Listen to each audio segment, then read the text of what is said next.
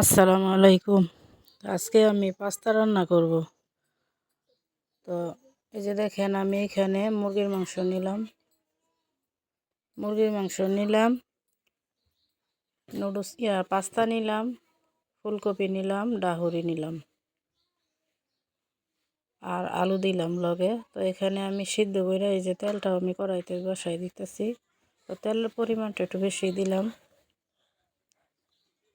তো এই দেখেন, তেলের মধ্যে পেঁয়াজ মরিচ দিয়ে একটু ভাজা ভাজা করে নিলাম। তারপর একটু লবণ দিয়ে দিচ্ছি, পরিমাণ মতো একটু লবণ দিয়ে দিলাম।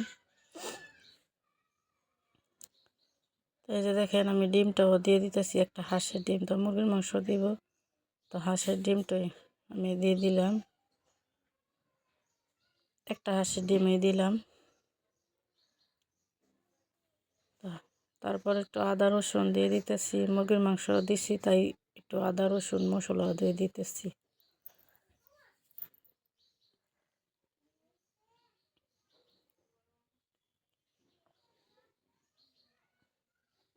তো একটু হলুদের গুঁড়া দিয়ে দিলাম, ধনিয়ার গুঁড়া দিয়ে দিলাম, একটু মরিচের গুঁড়ো দিয়ে দিলাম।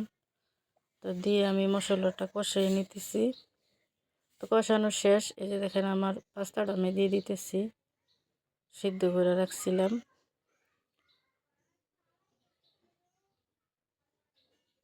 তো মশলার সাথে আমি পাস্তাটা একসাথে আমি মিশিয়ে নিব।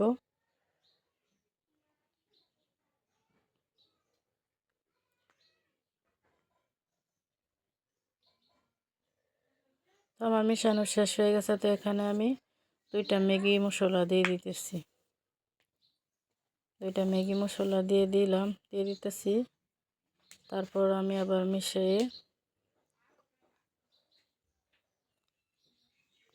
তো যে এখানে আমি ধনিয়ার পাতা দিয়ে দিতেছি।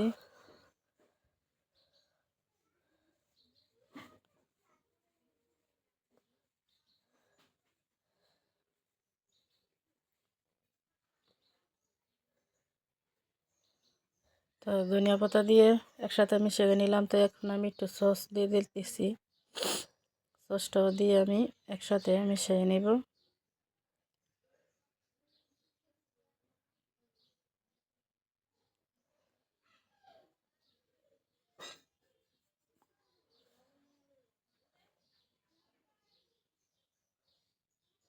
তো সস দিয়ে আমি মিশিয়ে নিলাম একসাথে।